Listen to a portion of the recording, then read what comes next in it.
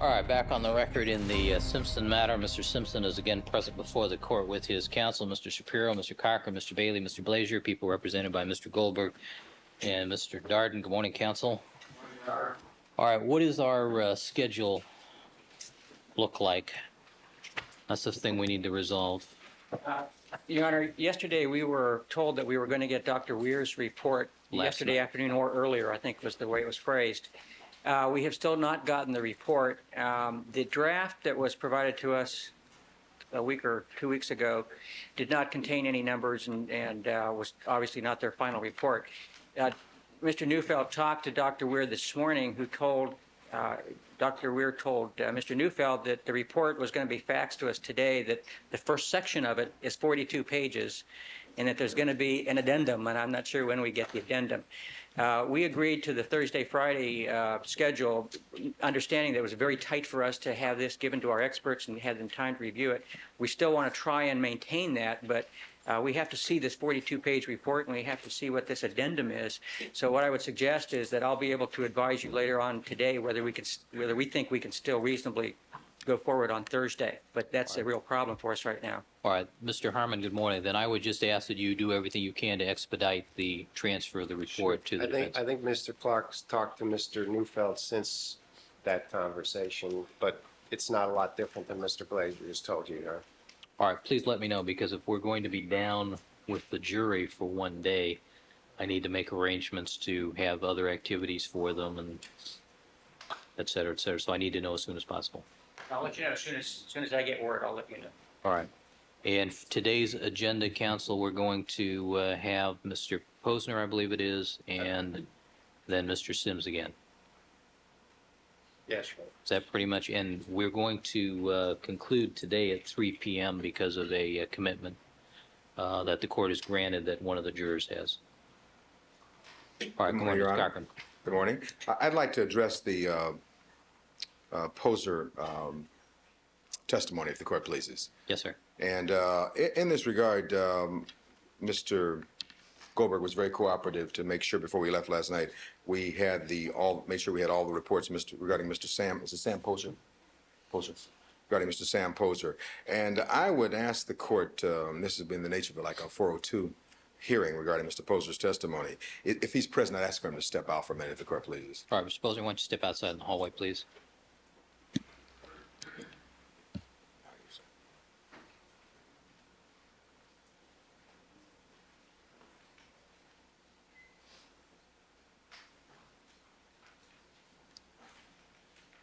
All right, the record should reflect he's withdrawn from the courtroom. Mr. Cochran. Thank you very kindly, Your Honor. As I indicated, that this would be in the nature of a 402 hearing regarding this gentleman's testimony. First of all, the court may want to hear an offer of proof from the people, but it's my understanding from reviewing all the reports, from looking at all the receipts, there is no receipt linking Mr. Simpson as having purchased the shoes that FBI agent Boziak talked about yesterday.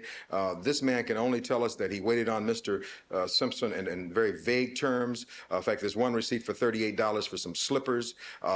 He has no information. There's no linking up of this. And the fact is that the prejudicial effect of his testimony of bringing somebody else in from Bloomingdale's to talk about Mr. Simpson having shopped at some point but never having purchased these shoes is far outweighed by any probative value. So I think as officers of the court, we have an obligation to bring this to Your Honor's attention as soon as possible. I appreciate that since we weren't totally aware he was going to be called last evening, the court gave us this time overnight to deal with this. So I'm prepared to argue it, that perhaps the court would want to hear from the people, or I can tell you what the summary is regarding their offer of proof. But I don't think that this offer of proof will be sufficient for his testimony. And so when we get into talking about a 352 problem, I think this is it. All right. Mr. Goldberg. I'm not sure what the basis for counsel's objection is. He said that this was prejudicial. I can certainly see the prejudicial effect of evidence that a person shops at Bloomingdale's. I'm sure the jury would be far more likely to convict a defendant as soon as they learn that he's previously shopped at Bloomingdale's. Well, I shop at Bloomingdale's. That's not a test. But there is no prejudice whatsoever. His testimony is very simply that the defendant shopped there. He purchased shoes there on about 5 occasions. He's a size 12. He does not have a specific recollection of every instance where he sold him shoes. They would not necessarily have records of instances where there were cash transactions or gift certificate transactions, and that they did sell the Lorenzo shoe. And that would be the sum and substance of his testimony. It would take approximately 15 minutes to put on. There's zero prejudice, and it is probative. So I just don't understand the nature of Mr. Cochran's objection. I know that they're very, very concerned and worried about this evidence. They must have asked me about half a dozen times yesterday about the scope of this man's testimony, and I told them what it was. My representations to them yesterday and on previous days are the same, consistent with what I've told you. I understand the concern that they have, but this is relevant testimony. It clearly is not prejudicial. May I respond, Your Honor? Certainly. We're not worried. We're the same people who sat here for 8 days while Brian Kelberg put the corner on for 8 days, and we had to sit here, and it led to nothing. Just like the evidence of Bodziak, and just like this man. You know, they're whistling in the wind. These are the dying grasps of the prosecution. This is not relevant testimony. To put on this man to say that at some time in 1990 or 1991, he saw Mr. Simpson in Bloomingdale's, they can never link it up to those shoes. Those are the facts. And so what I was saying, it wastes all the court's time. It doesn't lead anywhere. And it's analogous to the testimony that we listed from Dr. Lakshmana, that Dr. Golan made all these mistakes, but he still couldn't tell us the various things. And you saw the contrast. They spent 8 days on direct. Mr. Shapiro spent, what, a half day in cross-examination. And so we're just saying to the court wants to move this case along. This is a good example of that. And the reason why we kept asking counsel, Mr. Goldberg, and I complimented him at the beginning, we asked him, but because we couldn't believe he wanted to put this man on, given what he has to say. And so that I think now the court understands it. We have a summary of his testimony. And listen to this, Your Honor, that during the time Mr. Poser was the manager of the shoe department, he met OJ Simpson several times. Mr. Poser was asked to read the sales receipt. Mr. Poser stated, just by looking at the sales receipt, he was unable to tell what was purchased. Mr. Poser did not recall having any slippers priced at $38. And he goes on, there's no linkage, Your Honor. So they could bring anybody in here, and that doesn't add anything. And so counsel says, well, if the jury hears he shopped at Bloomingdale's, they're likely to convict him. He hasn't been down on this trial every day, obviously, if he thinks that. I mean, that has nothing to do with this case. The evidence... Well, I took that to be a facetious comment. Well, I had to respond to it because I can't be sure, Your Honor, with everything they say. But Thought that was not particularly helpful. I didn't think so either. But the point is, Your Honor, and I think you now have the picture. I asked for the offer of proof. You now have it. How does this link up with O.J. Simpson? If they'd ask us, we would stipulate that he has on occasion bought a size 11, size 12, size 13. I mean, there's in that range. He's bought shoes in that range. They went all through yesterday to do that. I mean, that doesn't add anything. How many men in America do you think wear size 10.5, 11s, 12s, 12.5s, 13s? And that's not instructive. Apparently 10% of the population. Well, no, I think isn't that just 12s, 10%? So if you add those other sizes, I think it's even larger. So that's the point, Your Honor. And so I'm saying that this is a point where the court has been very, very lenient with the prosecution and allowing them to advance these various theories that don't lead anywhere. And so we're just saying this is an appropriate time to say that this man shouldn't be called because it doesn't add anything to where we are. All right. Thank you. Thank you, Your Honor. All right. I take this to be a 352 objection Yes. rather than actually a request for a 402 because it appears that there's nothing that I can see that would bar his testimony if it's relevant. The fact that he's going to testify that he is the manager or was the manager of the shoe department at Bloomingdale's gives him certain amount of credibility as far as his expertise as to what the practices are at Bloomingdale's. The fact that he has personal acquaintanceship and knowledge of the defendant's shoe purchasing and that he has purchased a size 12 does have probative value. The fact that Bloomingdale's was one of the 40 stores here in the United States that sold this particular shoe, the Lorenzo, is of probative value. And I accept Mr. Goldberg's self-imposed time limit of 15 minutes in getting to this. All right. I'm not sure you can say, did he say size 12? Yes. Yes, May I just say here? certainly.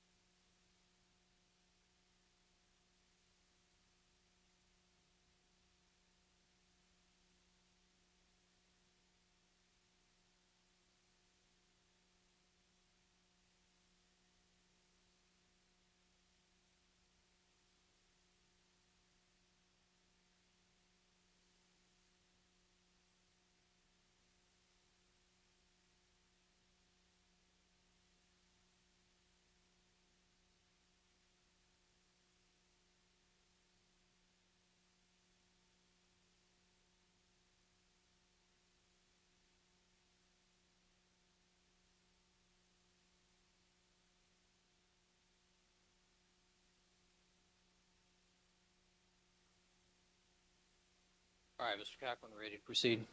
Yes, we are ready to see. Thank you, Your Honor. Mind I just address one last matter not relevant to what Mr. Cochran said. Just for the record, I am flying this afternoon to Kansas City for a hearing on the subpoena that you approved for Marcus Allen, and I'll be back tomorrow night. And I just want to make sure there are no hair and trace witnesses contemplated today or tomorrow. Mr. Darden? Officially say that there won't be some here and trace. Today and Clark tomorrow. told me that yesterday. Today and tomorrow. Well, there's the problem with Bruce Weir, so I don't know if the schedule is going to somehow get jumbled. I don't expect it will be. All right, well, But if, who knows? Mr. Bailey, you're going to be handling the hair and trace Yes. for the defense. All right, if he does have business connected to this case in another jurisdiction, so if he's not available, we'll just have to bounce around with some other witnesses. No. All right, maybe we'll do some DV. All right. Thank you. Deputy McNair, let's have the jurors, please. All right, and Mr. Goldberg, why don't you retrieve Mr. Posner? Well, and two other housekeeping issues. Mr. Harmon had said that he would like some time to set up prior to recalling Mr. Sims to the stand at a brief recess. Oh, I assume we'll have to recycle to a different set of exhibits. Yeah, and I've discussed two stipulations with Mr. Bailey, one relating to the Reebok shoes being the ones that were the subject of Detective Levin's testimony, and one relating to the crime scene photographs that were referred to by Mr. Bodziak yesterday of shoe prints having been taken on the 13th of June, which he's agreed to. So I'd like to offer those to the close of Mr. Posner's testimony. Thank you. I mean, it rankles about that, having offered that stipulation or actually received it. I attempted to ask the detective if he knew that those shoes came from Mr. Simpson voluntarily on the 13th, and you sustained an objection. Well, nobody told me there was going to be a stipulation, counsel. Now that I know, I put his name forward. Well, I think actually that testimony can come into hearsay. That it's not matter. Deputy McNair, thank you. As to who we will have tomorrow? May I be excused again, Mr. Yes, please. I assume that a lot depends on what we're going to do with the other hearing.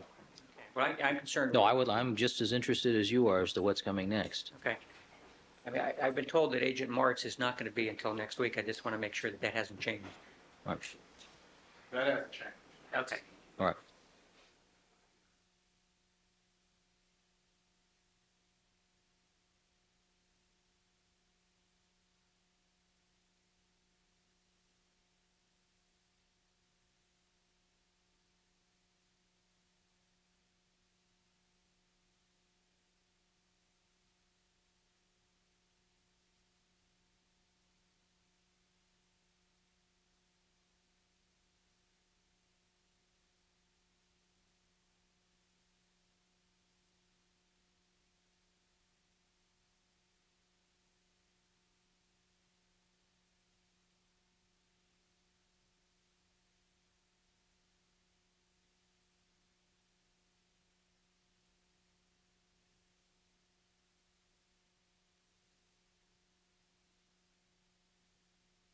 The original crime scene gloves. I'd ask if they.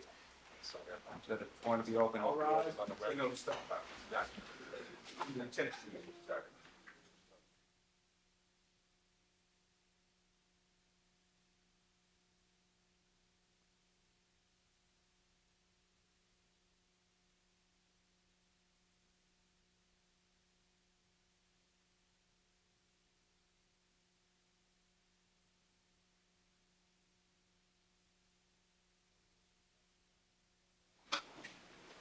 Let the record reflect, we've now been rejoined by all the members of our jury panel. Good morning, ladies and gentlemen.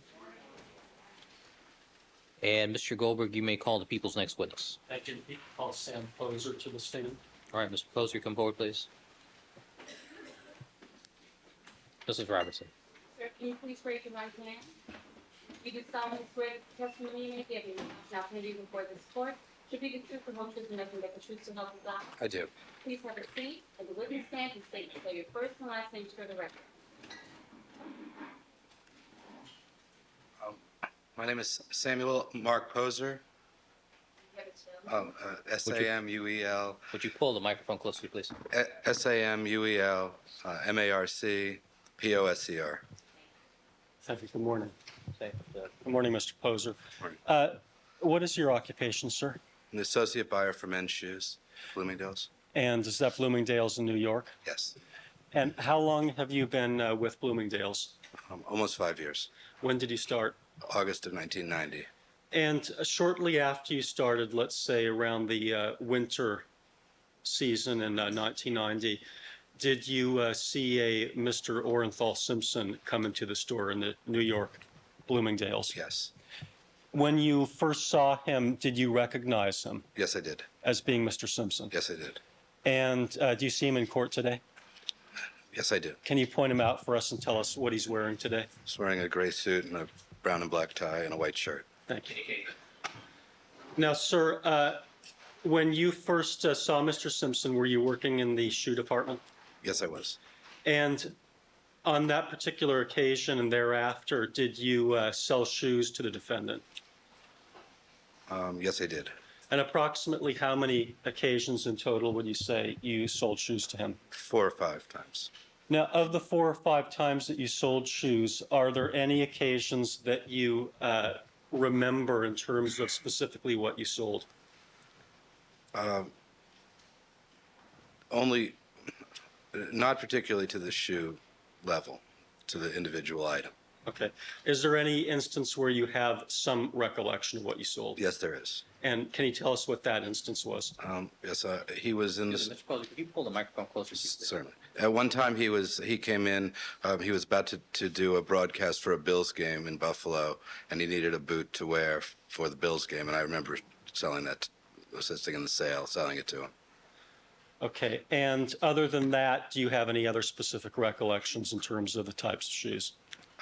He liked to buy dress casual shoes, not shoes to wear with suits. So Now, even though did you recognize that he had some type of celebrity status when you first started selling to him? yes, I did. Even though he had some type of celebrity status, did you, considering that he had that status, did you somehow memorize the occasions when you sold him shoes and what you sold him? No. All right. Now, during the time period that you had sold shoes to Mr. Simpson, was Bloomingdale's one of the 40 stores that sold Bruno Magli Lorenzo shoes? Yes, we did. And I'd like to show you what we've marked as People's 375 for identification. And maybe you could take the shoes out of there and tell us if one of those is Lorenzo. This is Lorenzo, the boot. He's indicating what has previously been referred to as the size 12 semi or demi boot, Your Honor. Yes. And what colors did Bloomingdale's carry those in? Black, brown, and olive. Do you remember whether or not you sold those shoes to the defendant? No, I do not. You don't have a specific recollection one No, way or the other? No. Now, what price range did those shoes sell in? I remember them to be under $200. Okay. And how would you classify that? Is it an athletic shoe, a dress casual shoe? What type of a shoe? It's a dress casual boot. Okay. And if a person at Bloomingdale's purchases items at the store with cash, is a record made of what they purchased?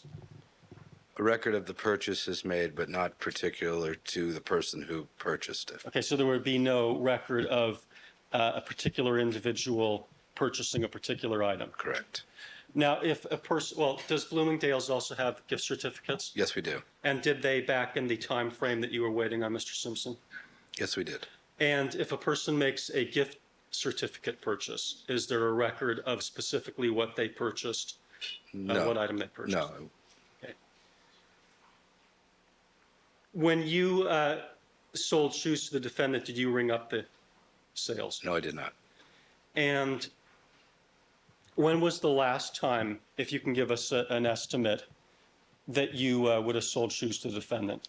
I believe it was I believe it was early 92. That's, in the wintertime of 92, I believe. And over this period of time, you say that the shoes were generally dress casual shoes. Yes, What size did the defendant take? size 12.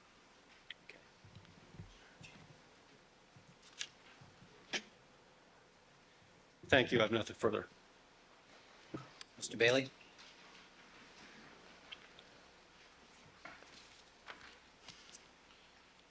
Mr. Poser, how many times have you been questioned about the same subject matter prior to today? About 5, I guess, 5 times. By whom? by some detectives From the LAPD? from the LAPD, somebody from the FBI, and from the defense. Oh. And has the subject matter always been the Lorenzo Bruno Mali shoe? No, No? Have any other kind of shoes been sought, if you know? Not really. Oh, well, not at the beginning, not specifically. okay.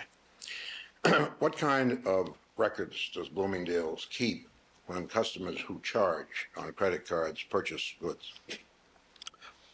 We have a journal on the register that shows who sold what to whom, to what credit card, as well as the receipt, a copy of the receipt that the customer signs. Do you have a salesman's code so that a salesman will get credit? Yes, And if you sold shoes to Mr. Simpson, would you assign the code to a salesman rather than yourself? normally I was working in conjunction with a salesperson, so that salesperson I was working with would get credit for the sale. Their code would be on the slip, not yours. Yes, correct. What other information is recorded? The date, the amount of each shoe, any discount that may have been taken, I'm sorry. the amount of the cost, the retail cost of each shoe, any discount that may have been taken, the tax, the total purchase, what the total purchase is, and the signature of the person in a charge transaction. Is there a code on the slip that will describe the item purchased? There are two types of codes.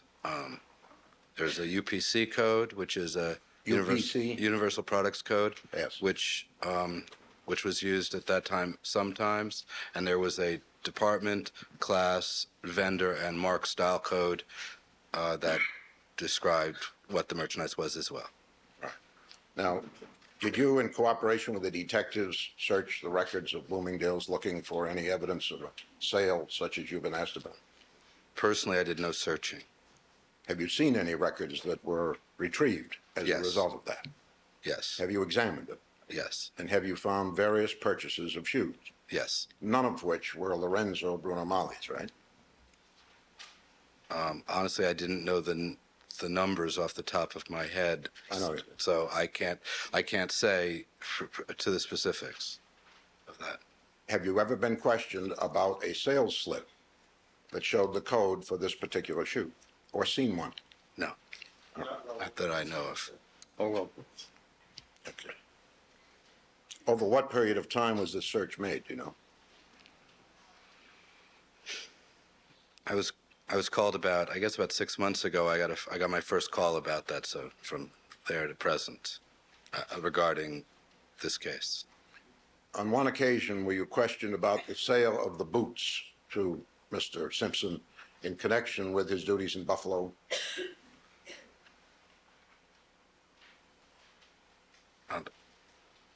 I guess when I was first asked, I mentioned that was the one thing that I remembered specifically. Right, that he had some job in Buffalo and he was purchasing some boots because he'd be working outdoors, right? Correct. Have you ever been to Buffalo?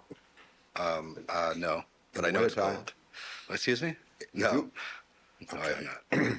But did you understand that the climatic conditions were expected to be adverse when he bought them? Yes, I did. All right.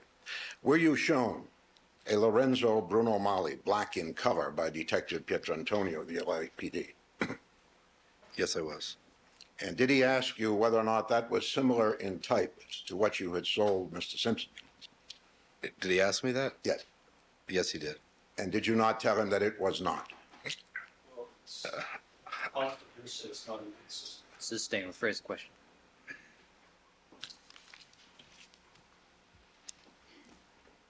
Without the statement, you can ask him whether or not he sold that boot. All right.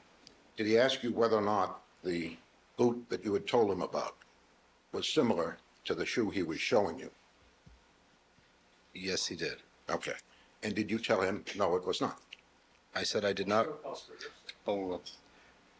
I told him that I did not recall selling the Lorenzo boot to Mr. Simpson. I also said that for the use in Buffalo, I probably would not have sold Mr. Simpson the Lorenzo boot for the climatic conditions that were there. Exactly. It would not do well in slush, snow, and mud, would it? Correct. Okay.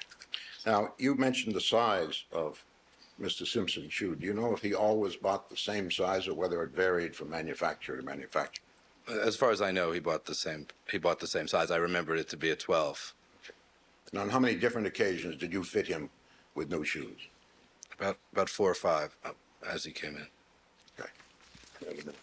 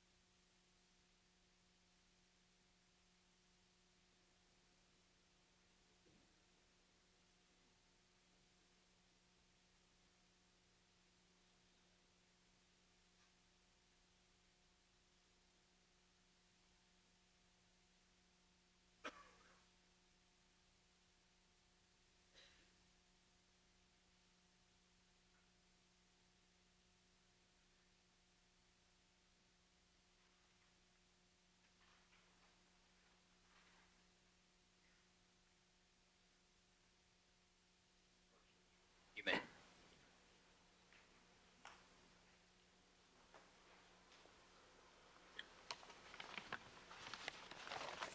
Would you examine these tenant shoes, please, and assume that they are shoes belonging to Mr. O.J. Simpson? All right, Mr. Bailey. People's Exhibit, which? 384, it looks like, from the Right. tag. of it. These are the Reeboks. These are Reebok shoes. All right. Can you tell me what size those shoes are?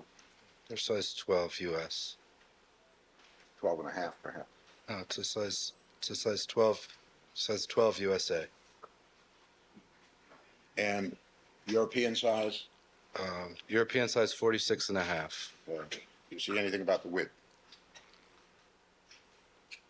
Not, no. Okay. Leave this.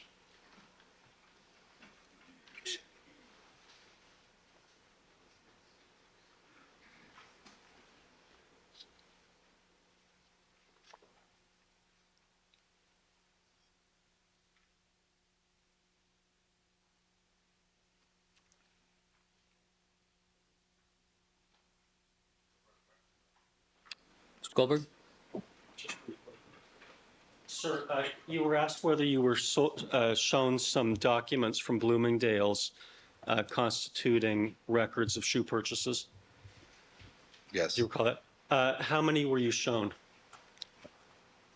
if you recall? I believe 3. And was one of them for women's shoes? One of them, I didn't recognize the numbers on. If I approached and showed you 3 documents, might that refresh your recollection? Yes, it would. Okay, I suppose you're going to have to keep your voice up. I'm just Oh, going yes, to, it would. I'm sorry. Excuse me. Would you pull the microphone a little closer to you and speak directly into it? Sure. Thank Sorry you. about that. Proceed. Sorry, Ron. Sure. The numbers are 1540, 1509, and 1529 from Discovery.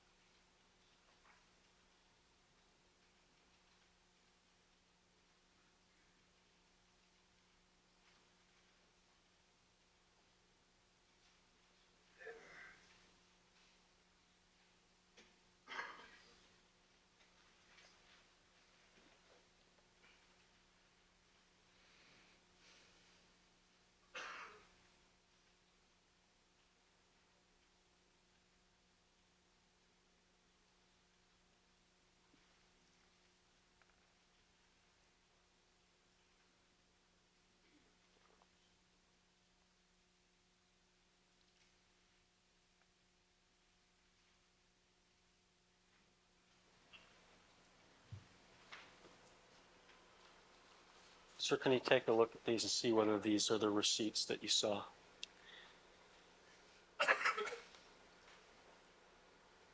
Yes, these are. And was one of those for women's shoes?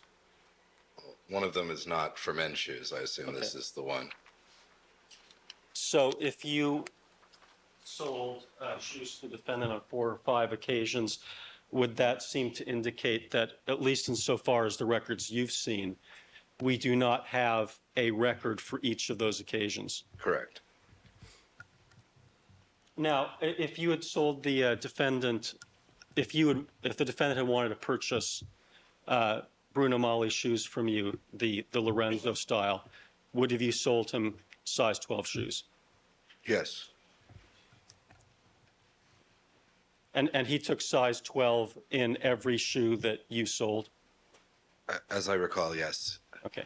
And was it your business to know someone's shoe size when you were selling them shoes? Definitely, yes. Okay. Thank you. I have nothing further. Mr. Bailey?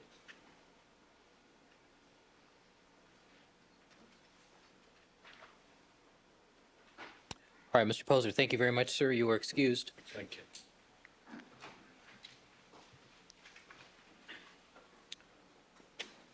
Your Honor, this time I wanted two stipulations, if I may. Yes.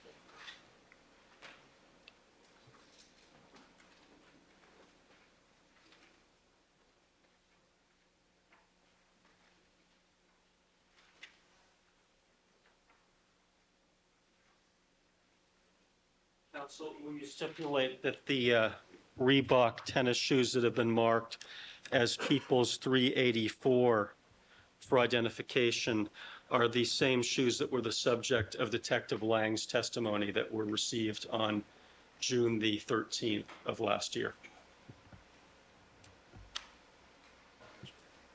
All right. Okay. And will you further stipulate that as to the photographs that have been marked as People's 388 through 395, depicting shoe prints that were discussed by Mr. Bodziak yesterday, that those photographs were taken at the Bundy location also on the 13th of June? That's correct. All right, ladies and gentlemen, as we instructed you earlier, a stipulation is an agreement between the attorneys as to the facts of the case, and you would assume the agreed upon facts to be true for the purpose of this case. All right, people's next witness. Is this Mr. Sims again? Yes, Your Honor. All right, ladies and gentlemen, we're going to need to recycle some of the exhibits. I'm going to ask you to step back into the jury room. This take us about 5 or 10 minutes to reset up.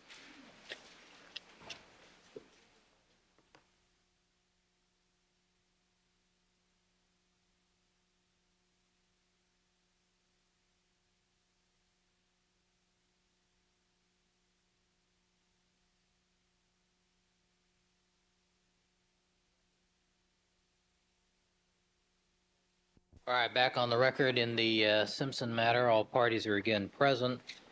Mr. Harmon, have we gotten set up? Yes, Your Honor, and I just want to explain the order I'll do things.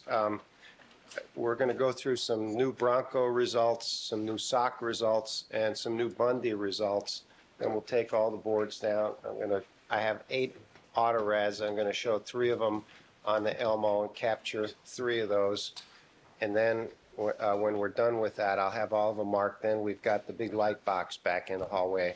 Monster. The monster. So I want to put all 8 of them up there and then afford the jury an opportunity to review them, and then we'll be done.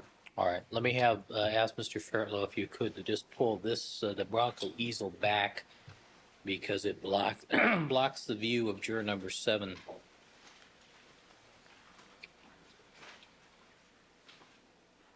So the witness on the witness stand cannot be seen by juror number 7.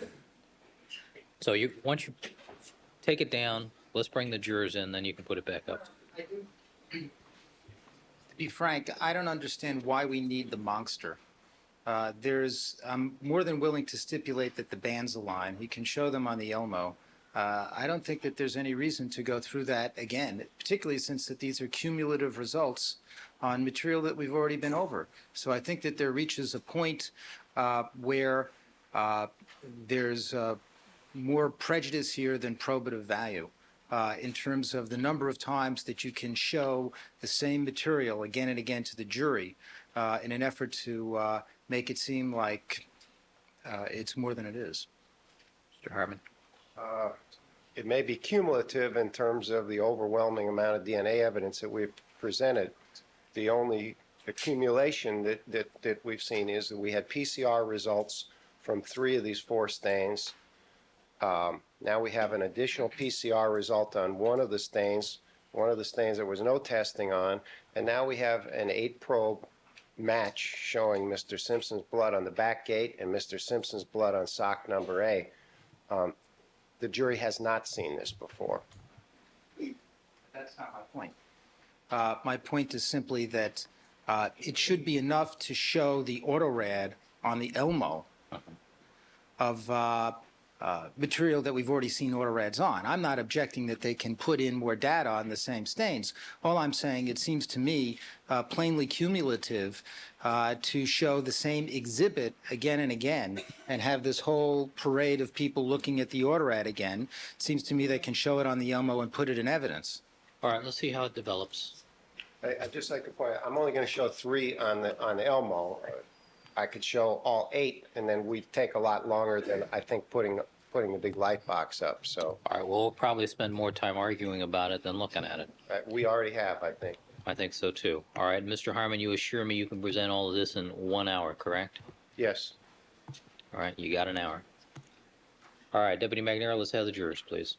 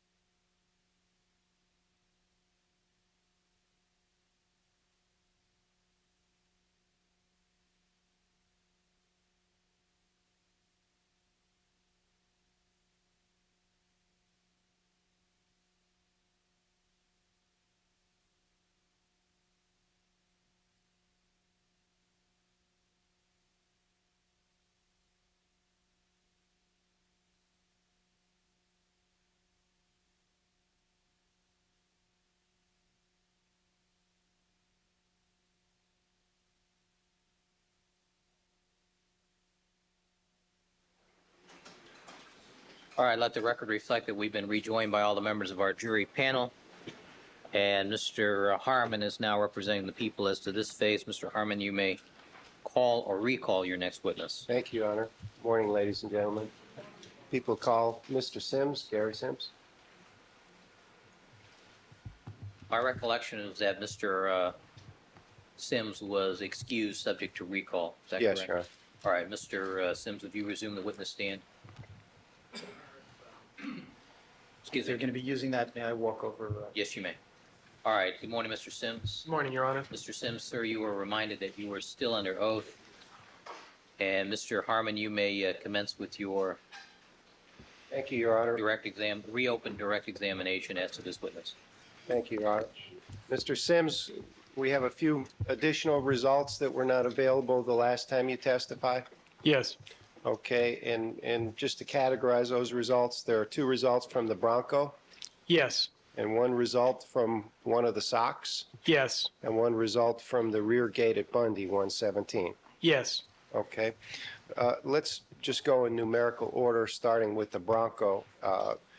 Did your laboratory perform PCR testing on LAPD item number 25, which was removed from the driver's side carpet of the Bronco? Yes. A D1S80 PCR result was performed by Renee Montgomery. Okay, and what result was obtained from stain number 25 on the driver's side carpet of the Bronco? The D1S80 type was 24,25. And is that type consistent with Mr. Simpson? Yes. Is it inconsistent with Nicole Brown? Yes. Is it inconsistent with Ronald Goldman? Yes. Was testing also performed on LAPD item number 26 from the driver's side floor mat? Yes. And what sort of test was performed on that sample? Again, that was a D1S80 test. And what was the result? The type was 24,25. Is that consistent with Mr. Simpson? Yes. Is that inconsistent with Mr. Goldman? Yes. And inconsistent with Nicole Brown? Yes. Could you step up to the board here, the Bronco exhibit, or result board rather, number 260, and let's start with number 25. I've made some patches here. Did you assign a DOJ DNA number to LAPD item number 25? Yes, that was assigned DNA number 39. Okay, and may the record reflect, Your Honor, I'm going to put a patch in that blank column reflecting DOJ DNA 39.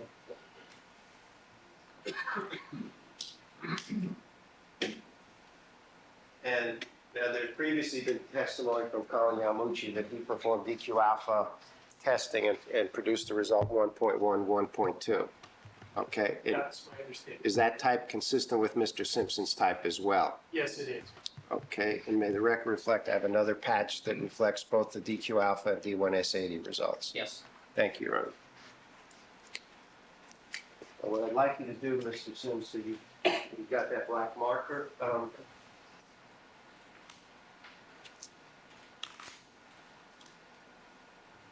I would like you, in the lower portion of the frequency column, would you please write in the D1S80 only frequency for stain number 25, or your number 39?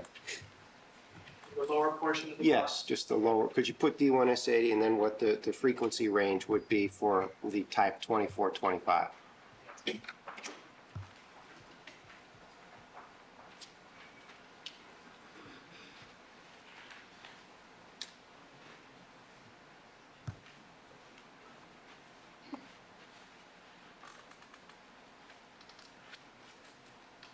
So the range is from 1 in 29. And what group would the 1 in 29 reflect the frequency of?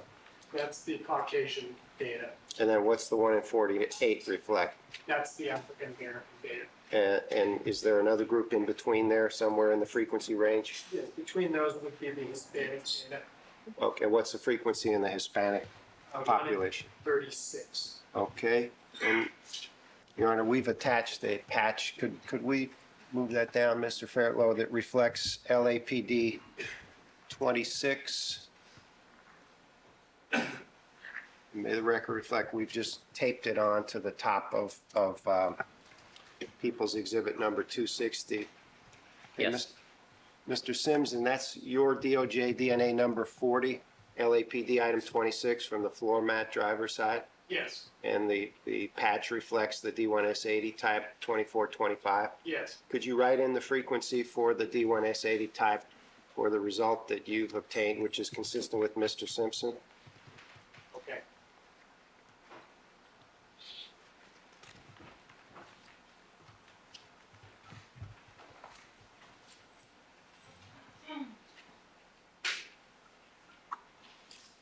Okay, and it's the same 1 in 29 to 1 in 48, Yes. and reflecting the same groups that are reflected in the frequencies for item 25?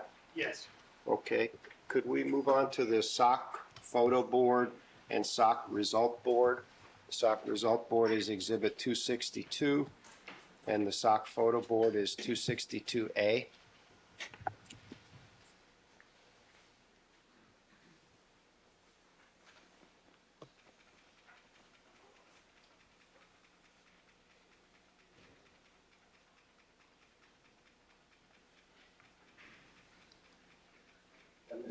What sort of testing have you performed on SOC 42 or Sock A, which you've designated for stain 42A3. What kind of test have you performed since you were here last? The tests that were completed, and actually these were begun in February, but the RFLP process takes several weeks because of the low amount of DNA on this particular sample that was applied to our gel.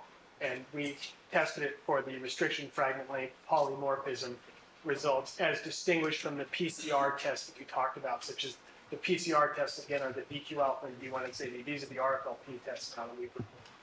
Okay, and when you began those tests, did you already know what the PCR results were on the various stains on those socks? Yes, I did. Did you also know how much DNA was in those stains? Yes, I did. And which stain did you subject to the RFLP process? That was stain A3. Okay, could you point out that where that stain was located on Exhibit 262A? A3 is near the top, towards the top portion of the sock designated A. Notice that it's on the same side as the cutout that we did the previous RFLP on, which was A1 stain. So now this is the A3 stain up near the top. So, and A1 is the stain that you produced RFLP results which showed a consistency with Nicole Brown? Yes. Okay. How many different or strike that, what samples did you have during this RFLP run? What other samples did you use during the same run? Yes. Because I already knew what the PCR tests were, I ran 3 particular samples on that particular RFLP gel. One was the SOC 42A3 stain. The other was Mr. Simpson's reference sample for side-by-side comparison. And then finally, I ran LAPD number 117, which is our DNA number 49, which was collected from the rear gate at the Bundy crime scene. Why didn't you include Nicole Brown and Ronald Goldman in those RFLP tests? Because they had already been eliminated by the PCR results. Okay. How many different probes were you able to submit 42A3 to when you conducted the RFLP tests? I have data on 8 probes. Okay. Would you strike that? Did those probes match Mr. Simpson's known reference type? Yes, they did. All 8 of them? Yes, they did. And we'll show them to the jury in a little bit. But what would you please describe the frequency estimate for the match from among the RFLP probes that you tested 42A3 against? Yes. The actual loci that I tested, there were 8 loci. Of these, I used population data from 6 of the loci, specifically D1S7, D2S44, D4S139, D5S110, D10S28, and D17S79. And the results were as follows. The profile detected in this stain occurs in approximately 1 in 57 billion African Americans, 1 in 150 billion Caucasians, and 1 in 100 billion Hispanics, indicating that among randomly chosen individuals, this RFLP profile is a rare event. And again, this is for unrelated individuals. And this is an estimate that's derived from only 6 of the 8 probes? Yes. And why don't you have additional information on the other 2 probes? For the complete set of data that we routinely use in our laboratory, we don't have population data for the additional probes. Okay. Your Honor, may the record reflect, I'm going to put a patch in the RFLP column showing Yep. eight probes.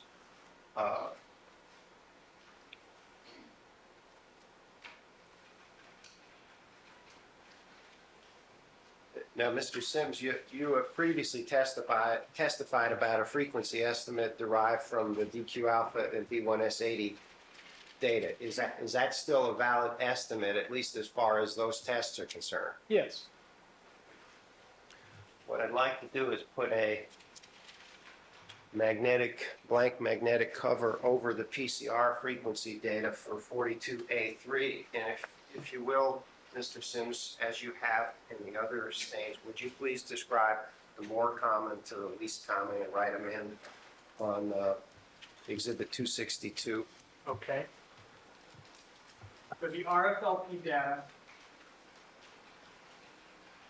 the range was from 1 in 57 billion to 1 in 150 million.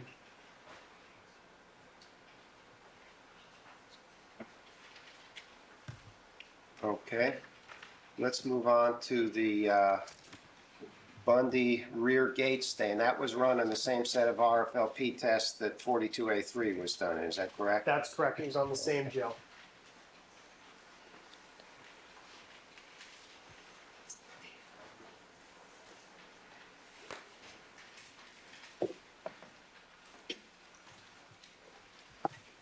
Did you obtain a similar number of RFLP matches as you did with 117 as you did with 42A3?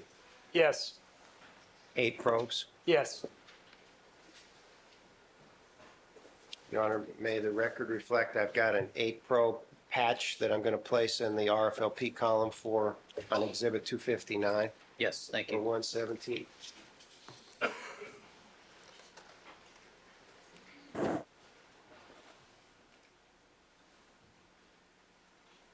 got a similar magnetic blank pattern that I'm going to place over the PCR data.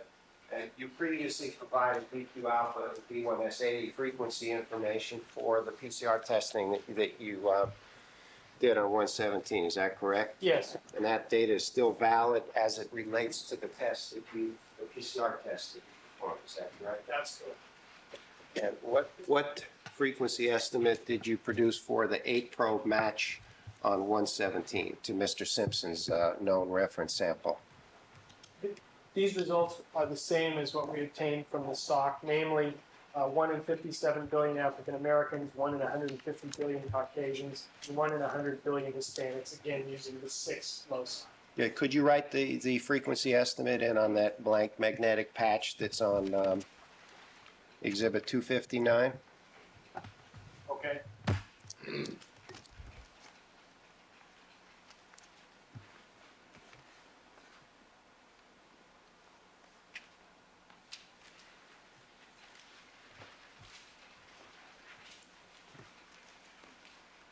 Okay, Mr. Sims, Mr. Frailer, could I get the boards down? I'd like to have marked as Peoples 400 for identification, a set of 8 autorads. And I'll describe I've got them in a certain order here. They're labeled A30. May that be 400A, A31B,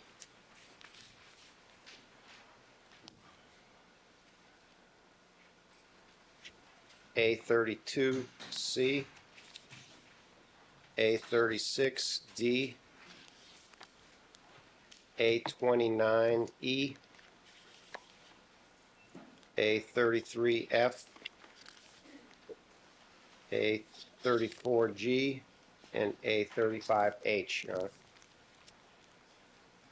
At this point, I'd like to put on the Elmo Autorad A30, which we've just had marked as 400A for identification. Mr. Sims, I'm going to ask you to come down here and use our point maker. Just generally speaking, though, before I ask you to show the jury how you have these things aligned, when did you actually begin the RFLP process on this set of stains that included SOC A3 and 117 and Mr. Simpson's reference sample? That was in February. And when did you actually have tests continued even beyond when you left Berkeley?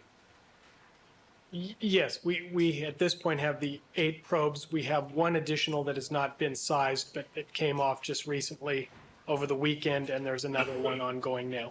Okay, and about how much DNA did you use, for example, with SOC stain A3 or your 42A3? It was approximately 100 nanograms. And then how about with respect to 117, the rear gate stain, about how much DNA did you use? As I recall, that was a little less. It was about 88 nanograms was the estimate. Why don't we give you the point maker here? And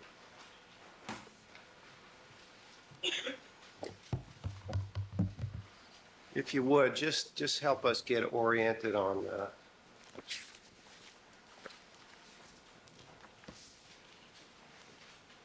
from left to right, just so the jury can appreciate what they're looking at.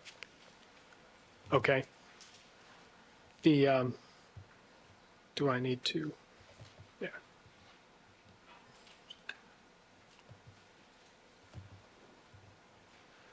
I'll go through this briefly because I remember we went through this last time. These are the ladders, what we call the ladders, or the molecular size standards, where you see several bands in particular lanes. So that would be here in lane 1, 4, 6, 8, and 10. Then as far as the sample lanes, we have in lane 2, this is that K562 sample. This is the national standard that's run on as a control on every one of our RFLP autorads. This third lane has our quality control sample. Again, this is the one that's unknown to me at the time of the analysis, and I go ahead and do my sizing and submit the data to see whether or not I got the correct answer on that particular sample. Then skipping over here to lane 5, this is the lane in which we have the sock stain designated A3, then another ladder. Then we skip over here to Mr. Simpson, the defendant's reference sample, his known blood sample in this lane, another ladder, and then in this next to the last lane, we have the blood stain number 117 from the rear gate. And then we finally finish it off with another ladder sample. Okay, why don't we just mark the three samples, Mr. Simpson's sample, the sock sample, and the rear gate sample. And this is the only one we'll do it on, just so we can capture exactly what you've described. Could you use some color? Would you like me to mark the bands? Or Yeah, the bands. Okay.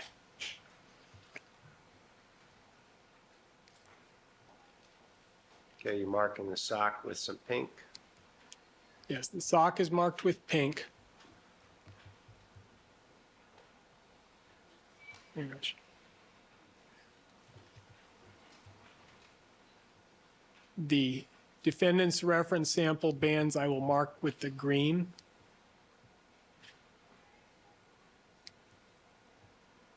Okay, and then what color for 117? I'll use blue for that.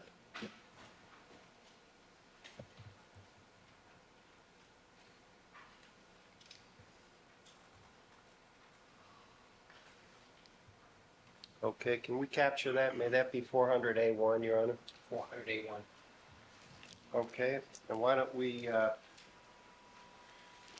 can we place 400B on the Elmo, Your Honor? Clear the house.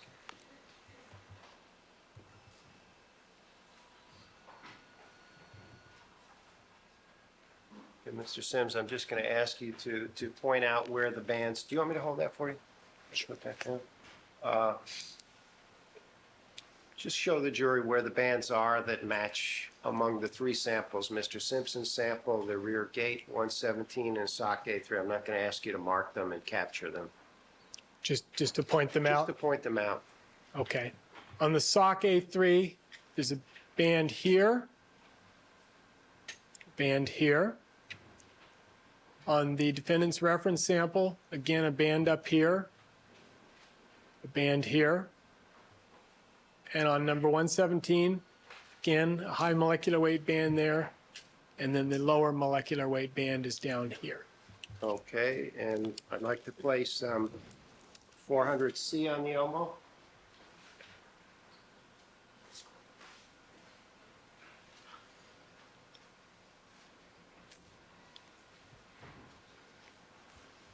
Could you please point out where the bands that match among those three samples are? Okay.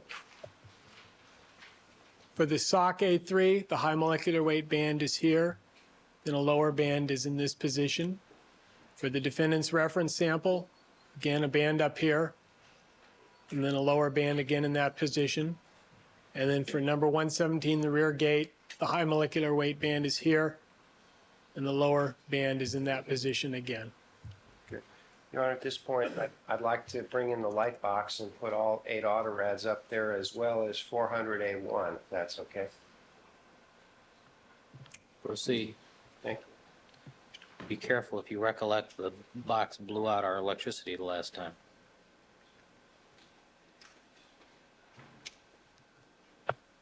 And Mr. Harmon, do you have much more after that? No. I'm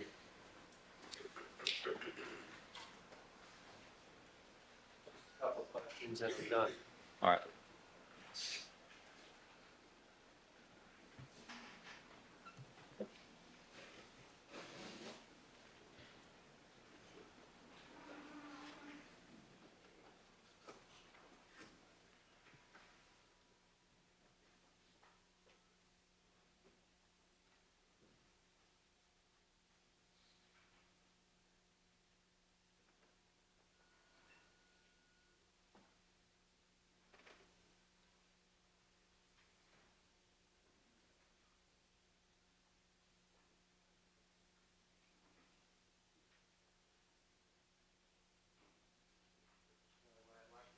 Put 400A1 up there along with the other auto red, the 8 auto reds.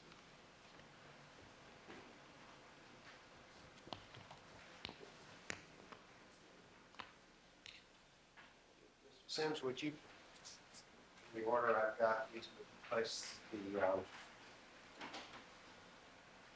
8 auto reds up there. And as well as 400A1.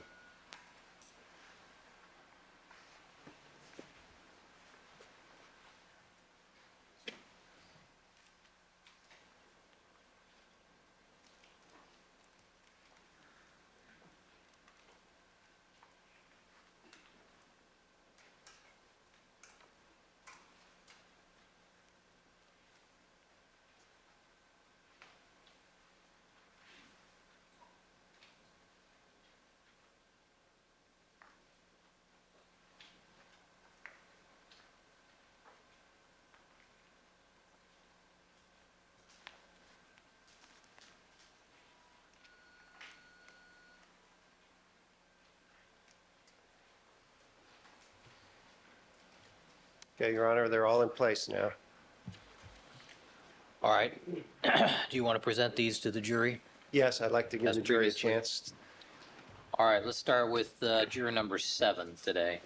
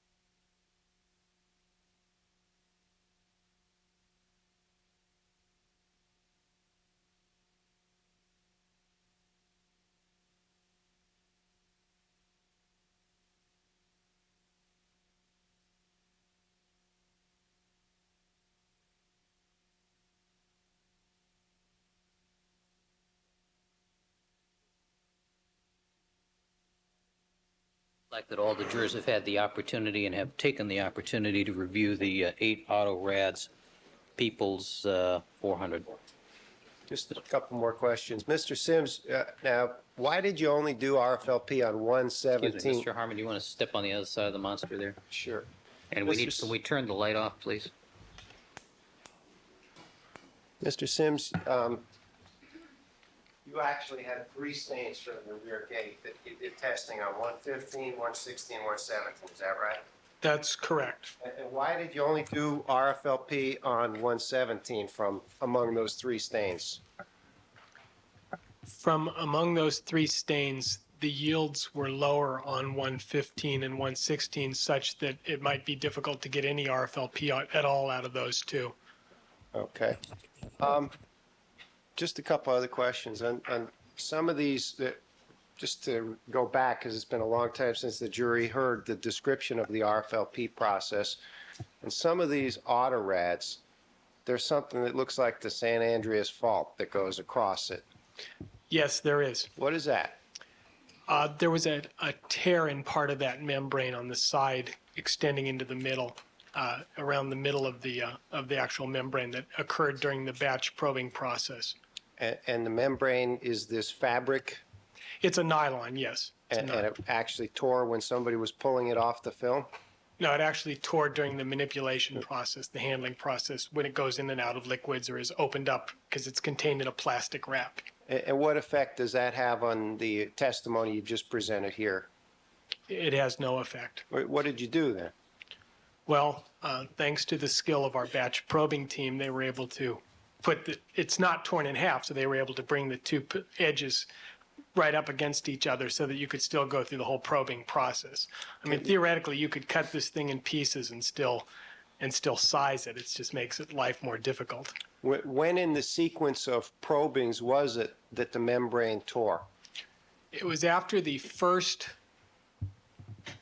probing, so it was after the D2 membrane or autorad was obtained. And is that the only one where you can't see this line that looks like an earthquake fault? Actually, I don't think you can see it in a lot of them. Some of them you can see it. Most of them you can't, as I recall. Okay. Thanks, Mr. Sims. I have no further questions, man. All right. Mr. Scheck, do you need the display machine? Yeah, just 1 second. I'll All right. After, ladies and gentlemen, good morning. Well, Mr. Sims, good to see you, sir. Good morning. First of all, Mr. Harmon, at the beginning of his direct examination, mentioned that there were 3 areas that you were reporting on today, and that is results from the Bronco, results from the SOC, and results from the rear-gated Bundy. Is that correct? Yes. And as far as the results in the Bronco is concerned, sample 25 had already been tested by LAPD and was a DQ alpha of 1.1, 1.2. Is that correct? That's my understanding, And yes. that was consistent with Mr. Simpson? Yes. And that was a drop found in the carpet in the Bronco. Is that right? Yes. And the additional data that you presented to us, I guess, is on number 26, which was also a drop on the floor mat. Yes, I don't know the exact distribution as far as it being a drop or a smear, but there was some blood on the floor Some mat. blood on the floor mat. And you did just a D1S80, and this came at 2425. Yes. And that's consistent with Mr. Simpson. Yes. And no indication of an 1818 allele that would indicate a mixture with Nicole Brown Simpson. There was no indication of that. Okay. All right. Now let's move to the rear gate, to the SOC. Excuse me. And what you told us about is blood that was found, I guess, on the SOC that was up on the calf area near the top of the SOC. Yes. All right. And basically what you've reported to us today are some additional probes that you conducted on that sample. Is that correct? Well, this was the first time I had presented any of the RFLP data on this sample. But I think the last time you were here, just so we don't confuse things, even though you didn't present the data, we had a discussion, did we not, on the fact that you had been able to conduct RFLP testing and you had done some probes on that. Yes, I recall that. Okay. Now, So basically what you're here to tell us is that you did more probes there, is that right? Yes. Okay, now could we turn to what is Defense 1192B, previously in evidence, a chart? B. The last time that we discussed, now I'm at the rear gate, okay? Okay.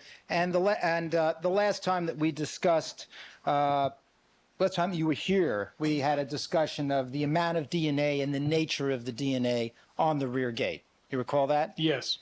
And as a matter of fact, on your in your testimony for the prosecution, you had presented an analysis of the concentration of the DNA that was found on the 3 samples in the rear gate, 115, 116, and 117. You recall that? Yes. And then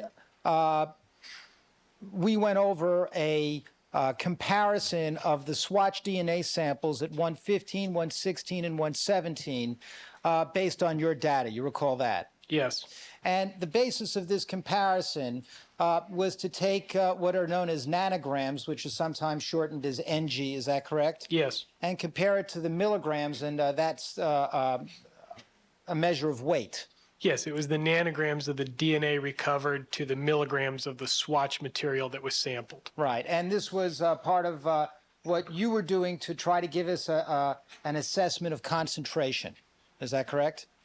Yes. All right. Could we show the comparison? Because Mr. Harmon did ask you something here about why you didn't do 115, 116 in the amount of DNA. Now, in the comparison of the swatch DNA samples to 115 and 116, you found that there was 2 times as much DNA in those samples as there was to number 6, which was a drop recovered at Rockingham. That's correct. Next. 15 times as much as 47, which is the first, which is a drop found at Bundy, correct? Yes. Next. 22 times as much DNA as number 48, another Bundy drop. Yes. Next. 135 times as much DNA as sample number 49, another Bundy drop. Yes. Next. And 25 times as much as number 50, which is another Bundy drop. Yes. Is there another one? Okay. Now, this comparison is in terms of the amount of DNA, but wouldn't it be fair to say that certainly as far as 47, 48, 49, and 50 are concerned, that what you're finding there with respect to those blood drops is that there was bacterial degradation of those samples? Yes, again, we discussed this in detail last time, but that's Right. my interpretation as to what most likely happened is that there was a bacterial degradation of those samples. Right. And as far as 115 and 116 are concerned, by the use of your yield gel and slot blot analysis, you did not find bacterial degradation in those samples. I did not detect that same bacterial degradation type pattern that I saw in those other samples. Thank you. Now, could we look briefly at 1192A? Now, 1192A is the comparison of DNA samples to 117, and that is the backgate sample for which you were able to do RFLP testing. Is that correct? That's correct. And you found 4 times as much, the concentration here to be 4 times as much. Oh, Howard, is that correct?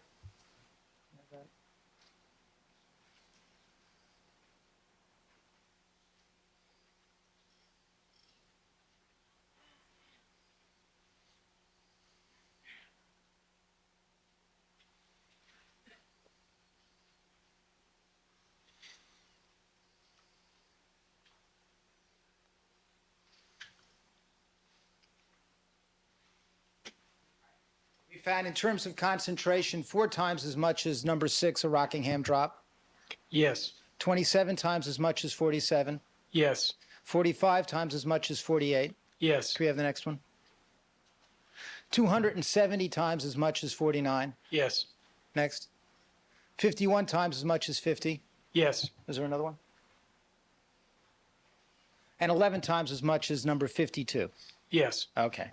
Now, again, with respect to 117, in terms of your slot blot analysis and your yield gel analysis, you did not find the same evidence of bacterial degradation and contamination that you found on 47, 48, 49, 50, and 52? Well, again, and I think we talked a little bit about this, but you recall there were only 3 of those 5 that you mentioned that we actually had a yield gel on, where we could see the bacterial degradation pattern. Right. But So that's correct. We did not see that same pattern that we did see. fine. Now, finally, one other measure of whether or not there's bacterial contamination in samples, as reflected in RFLP testing, is your ability to detect DNA bands at the top of the RFLP membranes. Is that correct? Yes, the bands that are at the top of the membrane, the top portion, those would tend to be the higher, well, they are the higher molecular weight DNA bands, and those are more subject to degradation than the lower bands. And the reason that they're more subject to degradation is that they are larger, Yes, and that the process of bacterial contamination is such that the bacteria begins to eat away, and it's going to get the larger fragments earlier than the smaller fragments. well, it will chop down the larger fragments, so they tend to get smaller is what happens, and they tend to degrade. And if you were to have significant or even substantial, I think we use those 2 terms Yes. to make a distinction in regard to bacterial degradation. But if you were to have either significant or substantial bacterial degradation, what you would tend to find is that you might either lose bands at the top of an RFLP gel, or they would become faint in comparison to other bands. Yes, Now, on these samples, for example, I think it's, you can refer to your notes, D1S7 is a sample where you found on 117 high molecular weight, a DNA band at the top of the gel at around 10,028 base pairs.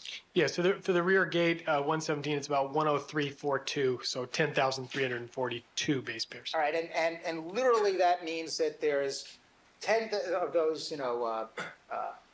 well, tell the jury exactly what that means in terms of base pairs, rather than have me describe it. Yes, well, I think we've had some discussion about base pairs in DNA, and what we're talking about there is the G pairing with the C and the A pairing with the T, and each one of those is a base pair. So this would be 10,300 of those is the size of the fragment. So if you could visualize this, you recall seeing these, the hydrogen bonds bringing the 2 DNA strands together, there would be 10,000 some odd of these units together. And that's the size of this fragment after the restriction enzyme has cut it into the pieces. And just to illustrate the point, Your Honor, may I remove from the light box and put up for a second on the Elmo, just so everybody can see exactly which order right I'm referring to. Yes. The D1S7 autorad, just for illustrative purpose. All right, Mr. Scheck, are you going to use the rest of the items on the box because the glare is... Just before I do that then, just for purposes of D4S139, would you agree that that is another probing that had bands that appear to be in the upper range? Yes, that's around 8,800. All right, and let the record reflect that I'm just pointing for the jury to the particular autorad that has those that Mr. Sims and I were just discussing. And now I'm moving to another one that's entitled D5S110. And again, with that, that has some bands at the top of the gel. Yes, those bands are around 11,000. Right, and as far as the D4S139 and the D5S110, those are pretty good and distinct bands at the top of those gels. Yes, they are. And that is consistent with your finding of no significant or substantial bacterial contamination on sample 117. That's correct. And I would suppose D17S26, the upper band there is also in the upper regions of the gel? Somewhat now. We're getting a little more towards what I consider the middle range, but that's about 68, 6,900. Okay. And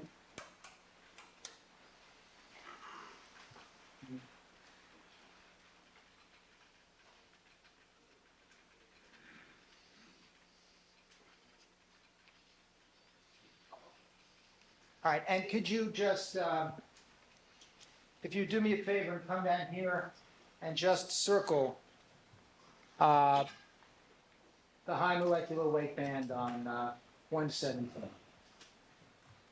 This is on the D1 S7 or red that I think you told us was something, that's the stop. Something on the order of 10,030 base pairs. Is that correct? Yes, All right. And is there a lower band in this? yes. All right, and those are fainter, actually. Yes, and that's typically what is seen because there's a lot more copies of where the probe is hitting in the higher band than in the lower band. So when you see a spread like that, where the bands are quite spread out across or from the top and bottom to the gel, that usually the lower band is significantly weaker than the upper band. But the fact that the upper band, which is more distinct and more intense than the lower band, that's another good indication that we don't have any significant or substantial bacterial contamination with 117. That's correct. Okay, no further questions, Your Honor. Mr. Harmon?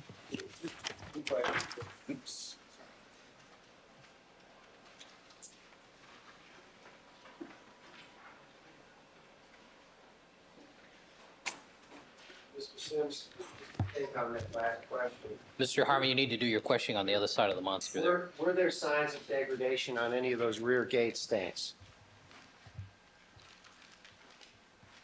The yield gel patterns did not show the type of bacterial degradation that I talked about, although you can see from the photograph that the DNA is starting to degrade a little bit. It's not pristine DNA. In other words, it's showing some of this pattern whereby there's a high band and then it's starting to show a little smearing below that. And time causes that to happen? Yes, it does. Environment? Yes. Now, Mr. Scheck kept asking you about the significant bacterial degradation with respect to the rear gate, and you said you saw none of that. That's correct. But you did see signs of degradation that you know are caused by time. Yes, and exposure is the way I would put that. Okay, thanks. Mr. Scheck?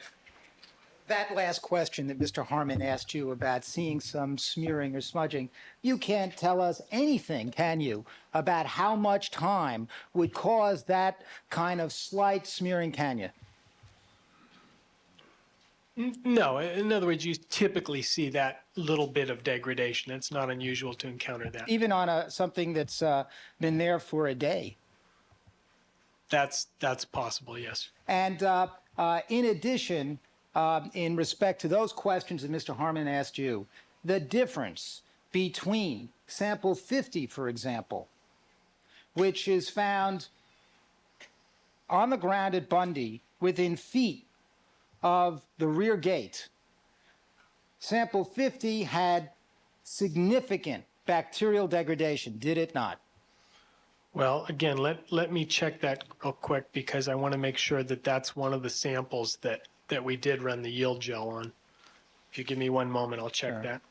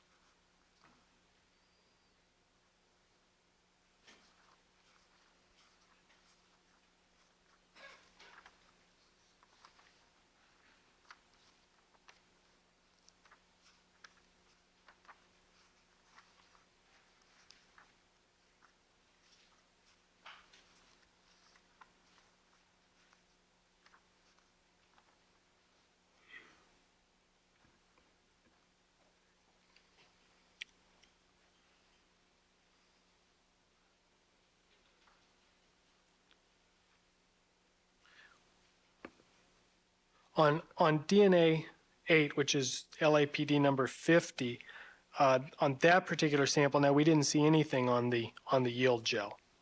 There was none of this, no pattern, period. In other words, there was no high molecular weight, there was no degradation pattern. Well, when you say there was nothing on the yield gel, what does that mean in terms of the amount of high molecular weight DNA you have? Overruled. In other words, we did not see any high molecular weight DNA from the blood stain. And that's consistent with a sufficient amount of bacterial degradation that so much of the high molecular weight DNA was eaten away by the bacteria that you couldn't even get a reading on the yield gel. That's certainly possible, yes. No further questions. Mr. Harmon?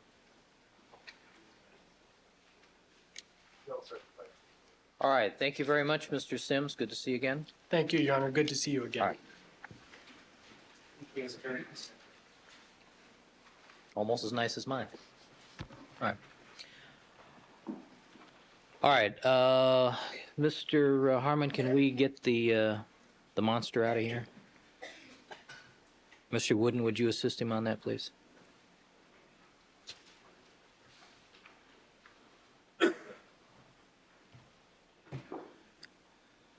All right, the people have their next witness available? All right. Without the reporter.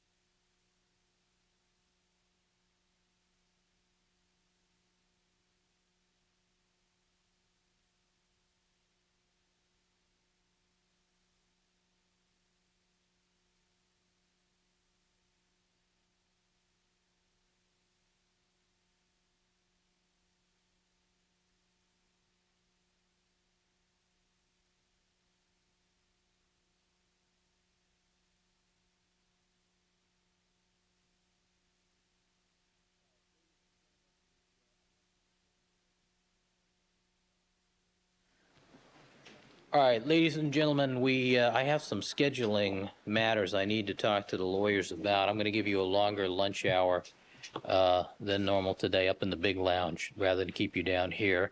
Also, if you recollect, one of the jury members needs to attend a graduation this afternoon, so we'll be quitting early today at 3 o'clock. Please remember all my admonitions to you. Don't discuss the case amongst yourselves, form any opinions about the case, allow anybody to communicate with you, or conduct any deliberations till the matter has been submitted to you. And as far as the jury is concerned, we'll stand in recess until 1 o'clock. And I'd like to see counsel in chambers in about 5 minutes.